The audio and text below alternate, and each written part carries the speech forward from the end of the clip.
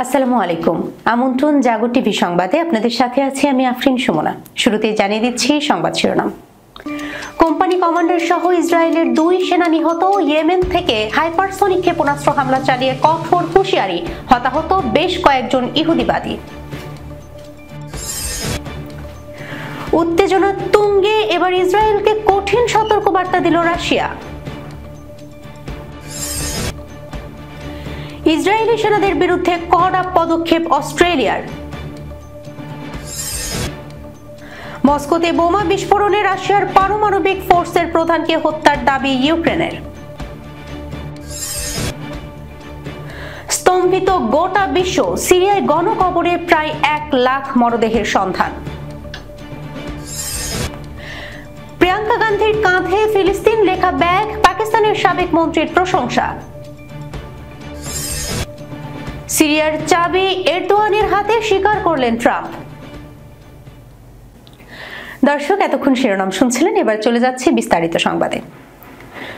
দক্ষিণ গাজা উপত্যকায় স্বাধীনতাকামীদের সঙ্গে যুদ্ধে ইসরায়েলের 2 হায়েনা সেনা নিহত হয়েছেন। তাদের মধ্যে একজন কোম্পানি কমান্ডার। মঙ্গলবার ইসরায়েলি সামরিক বাহিনীর বরাতে আল জাজিরার এক প্রতিবেদনে এ তথ্য জানানো হয়েছে। ইসরায়েলের প্রতিরক্ষা বাহিনী জানিয়েছে, দক্ষিণ গাজায় এক যুদ্ধে তাদের 2 সেনা নিহত হয়েছে। এদের একজন রিজার্ভ ফোর্সের মেজর মোশিকো ম্যাক্সিম রেজেনওয়াল্ড। তিনি নাহাল ব্রিগেডের একটি ইঞ্জিনিয়ারিং ব্যাটালিয়নে কোম্পানি কমান্ডার হিসেবে কর্মরত ছিলেন। অপরজন সৈনিক, তবে তার নাম পরিচয় প্রকাশ করা হয়নি। এ দুজন কিভাবে নিহত হলেন তা জানায়নি সেনাবাহিনী। এদিকে ইসরায়েলি বাহিনী আরো কঠোর পরিস্থিতির সম্মুখীন হতে যাচ্ছে, কারণ দেশটির বিরুদ্ধে একজোট হয়ে লড়াই করছে লেবাননের প্রতিরোধ যোদ্ধা হিজবুল্লাহ, ফিলিস্তিনের স্বাধীনতাকামীদের সংগঠন হামাস ও ইয়েমেনের বিদ্রোহী গোষ্ঠী হুতিরা। বিভিন্ন সময়ে দেশটিতে পাল্টা হামলা চালিয়ে আসছে তারা। দেশটিতে এবার হাইপারসনিক ক্ষেপণাস্ত্র হামলা চালানো হয়েছে।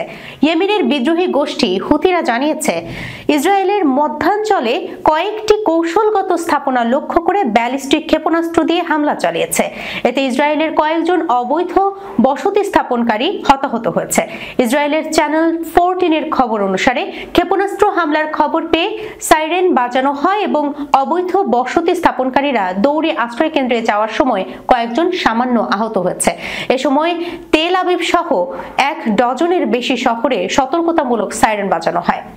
দখলদার সামরিক বাহিনী দাবি করেছে, অধিকৃত ভূখণ্ডে প্রবেশের আগেই তারা ইয়েমেনের ওই ব্যালিস্টিক ক্ষেপণাস্ত্র ভূপাতিত করেছে। ক্ষেপণাস্ত্র হামলার পর ইয়েমেনের সশস্ত্র বাহিনীর মুখপাত্র ব্রিগেডিয়ার জেনারেল ইয়াহিয়া সারি জানিয়েছেন যে তাদের সদস্যরা তেল আবিবে ইসরায়েলের সামরিক স্থাপনা লক্ষ্য করে অভিযান চালিয়েছে। এই অভিযানে তারা হাইপারসনিক ব্যালিস্টিক ক্ষেপণাস্ত্র ব্যবহার করেছে। জেনারেল ইয়াহিয়া সারি আরো বলেন, ফিলিস্তিনিদের প্রতি সমর্থন অব্যাহত রাখার অংশ হিসেবে তারা ইসরায়েলি বাহিনীর লক্ষ্যবস্তুর উপর হামলা চালিয়েছে।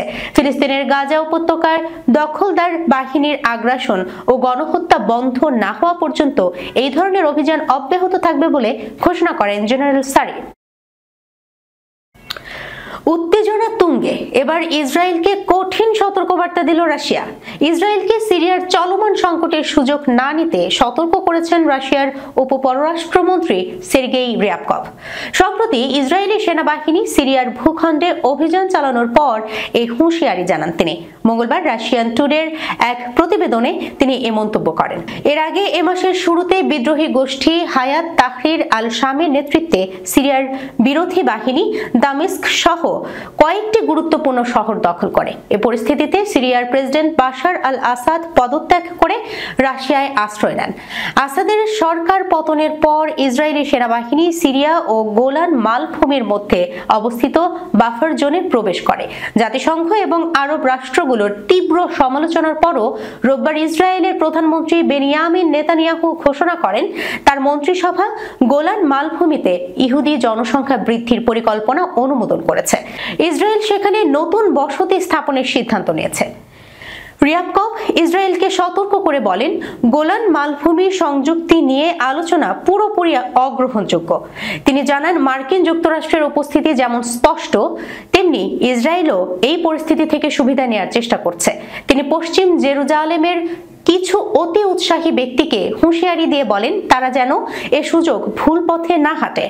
1974 সালে সিরিয়া ইসরায়েল বিরতি চুক্তির বাস্তবায়ন ফিরিয়ে নেয়ার আহ্বান জানিয়ে রিয়াকভ বলেন, ওই চুক্তির আওতায় গোলান মালভূমিতে একটি বাফার জোন প্রতিষ্ঠিত হয়েছিল যা ইসরায়েলকে মেনে চলতে হবে। তবে ইসরায়েল দাবি করেছে আসাদ সরকারের পতনের পর 1974 সালের চুক্তি ভেঙে পড়েছে। অস্ট্রেলিয়া ঐতিহাসিকভাবে ইসরায়েলের ঘনিষ্ঠ মিত্র, কিন্তু গাজায় চলমান যুদ্ধ দুই দেশের সম্পর্কে ফাটল তৈরি করেছে। বিশেষ করে গাজা উপত্যকায় গণহত্যা নিয়ে আগের চেয়ে বেশি সোচ্চার হয়েছে বিশ্ব। সেই তালিকায় যুক্ত হয়েছে অস্ট্রেলিয়াও। সম্প্রতি তারই এক ঝলক দেখাও মিলল। এবার ইসরায়েলের দুই সেনার বিরুদ্ধে কড়া অ্যাকশন নিল অস্ট্রেলিয়া। ইসরায়েলি সংবাদপত্র ওয়াইনেট জানিয়েছে, ওই দুই সেনাকে অস্ট্রেলিয়া ঢুকতে দেওয়া হয়নি। যুদ্ধাপরাধে তাদের ভূমিকা কি ছিল এ নিয়ে একটি ফর্ম পূরণের পরই কপাল পড়ে তাদের। সম্প্রতি ইসরায়েলি সংবাদ মাধ্যম ওয়াইনেটের এক প্রতিবেদনে এ তথ্য জানানো হয়েছে। প্রতিবেদনে বলা হয়েছে, পরিবারের অন্য সদস্যদের সঙ্গে 2 মাস আগে অস্ট্রেলিয়ার ভিসার জন্য আবেদন করেছিলেন ওমের বার্গার ও এল্লা বার্গার নামের 2 ইসরায়েলি সেনা। পরিবারের অন্য সদস্যদের ভিসা প্রক্রিয়াকরণ করা হলেও এই দুইজনকে 13 পৃষ্ঠার একটি নথি পূরণ করতে বলা হয়। ইসরায়েলি সেনাবাহিনীর অংশ হিসেবে কি ধরনের নির্যাতনের অংশ নিয়েছেন, যুদ্ধাপরাধ বা গণহত্যায় অংশ নিয়েছেন কিনা তারা, তবে ওই ফর্ম পূরণ করার পর অস্ট্রেলিয়ার পক্ষ থেকে তাদের সঙ্গে আর যোগাযোগ করা হয়নি। এরপর এল্লা ইসরায়েল ফিরে এলেও ওমের জবাবের আশায় এখন থাইল্যান্ড অপেক্ষা করছেন। অস্ট্রেলিয়া বলছে, নিয়মিত প্রক্রিয়ার অংশ হিসেবেই এ ধরনের ফর্ম পূরণ করতে বলা হয়েছে। রাশিয়ার পারমাণবিক সুরক্ষা বাহিনীর প্রধান লেফটেন্যান্ট জেনারেল ইগোর কিরিলভ নিহত হয়েছেন। তাকে হত্যার দাবি করেছে ইউক্রেন। মঙ্গলবার বিবিসির এক প্রতিবেদনে এ তথ্য জানানো হয়েছে। বার্তা সংস্থা রয়টার্স ও এএফপি একটি নিরাপত্তা সূত্রের বরাতে জানিয়েছে, পারমাণবিক সুরক্ষা বাহিনীর প্রধানকে হত্যার পেছনে ইউক্রেন জড়িত রয়েছে।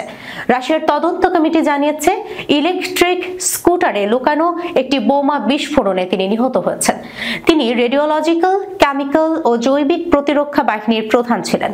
মঙ্গলবার ক্রেমলিন থেকে 7 কিলোমিটার দক্ষিণ পূর্বে রায়জানস্কি প্রসপেক্টের একটি অ্যাপার্টমেন্ট বিল্ডিং এর বাইরে এই বিস্ফোরণের ঘটনা ঘটে। তদন্ত কমিটি জানিয়েছে, রুশ ফেডারেশনের সশস্ত্র বাহিনীর বিকিরণ, রাসায়নিক এবং জৈবিক সুরক্ষা বাহিনীর প্রধান ইগর কিরিলভ এবং তার সহকারী এ হামলায় নিহত হয়েছেন। রুশ টেলিগ্রাম চ্যানেলে এ ঘটনার ছবি ছড়িয়ে পড়েছে। এতে দেখা গেছে বিস্ফোরণে একটি ভবনের প্রবেশদ্বার ছিন্ন ভিন্ন হয়ে গেছে। এর মধ্যে তুষার বেষ্টিত পরিবেশে 2টি মরদেহও পড়ে রয়েছে। সিরিয়ায় গণকবরের সন্ধান পাওয়া গেছে, যা দেখে স্তম্ভিত গোটা বিশ্ব। যুক্তরাষ্ট্র ভিত্তিক একটি সিরীয় পর্যবেক্ষক সংস্থা সোমবার দাবি করেছে, রাজধানী দামেস্কের উপকণ্ঠে একটি গণকবরে অন্তত 1 লাখ মানুষের মরদেহ রয়েছে। দেশটির ক্ষমতাচ্যুত প্রেসিডেন্ট বাশার আল আসাদের শাসনামলে এসব মানুষকে হত্যা করা হয়েছে বলে ধারণা করা হয়েছে। সিরিয়ার ইমার্জেন্সি টাস্ক ফোর্সের প্রধান মুয়াজ মুস্তফা দামেস্ক থেকে টেলিফোনে দেয়া এক সাক্ষাৎকারে রয়টার্সকে বলেন, রাজধানী দামেস্ক থেকে 25 মাইল উত্তরে ওই গণকবরের সন্ধান পাওয়া গেছে। গত কয়েক বছরে সেখানে তিনি 5টি গণকবর শনাক্ত করেছেন। তিনি জানিয়েছেন, সেখানে দাফন করা মৃতদেহের সংখ্যা প্রায় 1 লাখ। খুব রক্ষণশীলভাবে হিসাব করলেও সংখ্যাটি এমনই হবে বলেও উল্লেখ করেন তিনি। সিরিয়ায় এই 5টি গণকবর ছাড়াও আরো অনেক গণকবর রয়েছে বলে মনে করেন মুস্তফা। এসব গণকবরে বাশার আমলে নির্যাতনের শিকার সিরীয় নাগরিক ছাড়াও যুক্তরাষ্ট্র, ব্রিটেন সহ বিভিন্ন দেশের নাগরিকদের মাটি চাপা দেওয়া হয়েছে। তবে তার এমন দাবির সত্যতা যাচাই করা সম্ভব হয়নি বলে জানিয়েছে রয়টার্স। 2011 সালে বাশার আল আসাদের বিরুদ্ধে সিরিয়ায় ব্যাপক বিক্ষোভ ছড়িয়ে পড়ে। সে সময় কঠোর হাতে বিক্ষোভ দমন করেন তিনি, ফলে পরিস্থিতি গৃহযুদ্ধের দিকে মোড় নেয়। ভারতের ওয়েনারের কংগ্রেস সংসদ সদস্য ও কংগ্রেস নেত্রী প্রিয়াঙ্কা গান্ধী ভদ্র প্যালেস্টাইন লেখা একটি ব্যাগ নিয়ে লোকসভায় যেতেই হইচই কাণ্ড শুরু হয়ে গেছে। বিজেপির মুখপাত্র সম্বিত পাত্র কংগ্রেসকে খোঁচা দিয়ে বলেন, গান্ধী পরিবার সব সময়ে এভাবেই তোষণের ব্যাগ বয়ে নিয়ে চলে, আর এই কারণেই নির্বাচনে তাদের ফল এমন হয়। যদিও ব্যাগ বিতর্কে আমল দিতে নারাজ প্রিয়াঙ্কা, তার স্পষ্ট কথা, এ ধরনের আলোচনা করা আসলে খুবই সাধারণ পিতৃতন্ত্র। সোমবারই বিতর্ক নিয়ে তাকে প্রশ্ন করা হলে জানিয়ে দেন, আমি এখন কোন পোশাক পরবো, কোন পোশাক পরবো না তা কে ঠিক করবে? কে সিদ্ধান্ত নেবে। এটা এক ধরনের পিতৃতন্ত্র, যেখানে অন্য কেউ সিদ্ধান্ত নেবেন যে নারীরা কি পড়বেন আর কি পড়বেন না। আমি এতে গুরুত্ব দিই না, আমি যা চাইবো তাই পড়ব। এই প্রথম নয়, এর আগে প্রিয়াঙ্কাকে প্যালেস্টাইন দূতাবাসের এক উচ্চ পদস্থ কর্মকর্তার সঙ্গে বৈঠকের সময়ে এক ধরনের ফিলিস্তিনি স্কার্ফ পরতে দেখা যায়। গাজায় হামলা নিয়ে একাধিকবার কংগ্রেস নেত্রী হিসেবে মুখ খুলেছেন প্রিয়াঙ্কা। এবার লোকসভার সদস্য হিসেবেও নিজের অবস্থান স্পষ্ট করলেন তিনি। প্যালেস্টাইন লেখা ব্যাগ নিয়ে সংসদে যাওয়ায় প্রিয়াঙ্কার প্রশংসা করেন পাকিস্তানের সাবেক মন্ত্রী চৌধুরী ফাওয়াদ হোসেন। সোমবারের ঘটনার প্রসঙ্গ উত্থাপন করে সাবেক পাকিস্তানের প্রধানমন্ত্রী ইমরান খানের মন্ত্রিসভার সদস্য ফাওয়াদ বলেন, প্রিয়াঙ্কা গান্ধী ক্ষুদ্রকায় মানুষদের সামনে সাহস নিয়ে দাঁড়িয়েছেন। লজ্জার বিষয় এই যে এখনো পর্যন্ত পাকিস্তানের পার্লামেন্টের কোনো সদস্যের এই সাহস হয়নি। প্রেসিডেন্ট রিসেপ তাইয়েপ এরদোয়ানের নেতৃত্বে আন্তর্জাতিক রাজনীতিতে পরাশক্তি হয়ে ওঠার চেষ্টা করছে তুরস্ক। নিজেদের স্বার্থেই আঙ্কারার এমন মনোভাব মেনেও নিয়েছে যুক্তরাষ্ট্র, রাশিয়া ও চীনের মতো বর্তমান পরাশক্তিরা। সম্প্রতি ভূ রাজনীতিতে একটি বড় সাফল্যের মুখ দেখায় এবার তুরস্কের উচ্ছ্বসিত প্রশংসায় মাতলেন নির্বাচিত মার্কিন প্রেসিডেন্ট ডোনাল্ড ট্রাম্প। ন্যাটোভুক্ত দেশটির সঙ্গে সামনের দিকে সম্পর্ক কোন দিকে এগিয়ে যাবে তারও ইঙ্গিত দিলেন রিপাবলিকান এই নেতা। মঙ্গলবার আল জাজিরার এক প্রতিবেদনে এ তথ্য জানানো হয়েছে। প্রতিবেদনে বলা হয়, সিরিয়ায় বাশার আল আসাদকে ক্ষমতা থেকে উৎখাতের ঘটনাকে একটি বন্ধুবিহীন দখল বলে মন্তব্য করেছেন ডোনাল্ড ট্রাম্প। মধ্যপ্রাচ্যের দেশটিতে এক দশকের বেশি সময় ধরে চলা গৃহযুদ্ধে নিয়মিতভাবে আসাদ বিরোধীদের সমর্থন দিয়ে আসছিল আঙ্কারা। অন্যদিকে আসাদের পক্ষ থেকে শুরু থেকেই মাঠে লড়াই করে যাচ্ছিল ইরান ও রাশিয়ার সামরিক বাহিনী। ফলে আসাদের পতনে তুরস্কের কাছে এক প্রকার বড় ধরনের হারের মুখে পড়েছে মস্কো ও তেহরান। দর্শক, এই ছিল এখনকার মতো জাগো টিভি সংবাদে। যাবার আগে শিরোনামগুলো জানিয়ে দিচ্ছি আরো একবার।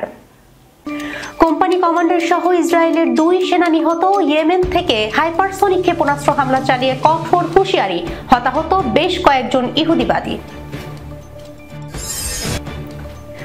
উত্তেজনা তুঙ্গে, এবার ইসরায়েলকে কঠিন সতর্কবার্তা দিল রাশিয়া। ইসরায়েলি সেনাদের বিরুদ্ধে কড়া পদক্ষেপ অস্ট্রেলিয়ার। মস্কোতে বোমা বিস্ফোরণে রাশিয়ার পারমাণবিক ফোর্সের প্রধানকে হত্যার দাবি ইউক্রেনের। স্তম্ভিত গোটা বিশ্ব, সিরিয়ায় গণকবরে প্রায় 1 লাখ মরদেহের সন্ধান। প্রিয়াঙ্কা গান্ধীর কাঁধে ফিলিস্তিন লেখা ব্যাগ, পাকিস্তানের সাবেক মন্ত্রীর প্রশংসা। সিরিয়ার চাবি এরদোয়ানের হাতে, স্বীকার করলেন ট্রাম্প। এখনকার মতো এই পর্যন্ত। এতক্ষণ সঙ্গে থাকার জন্য ধন্যবাদ সবাইকে। আল্লাহ হাফেজ।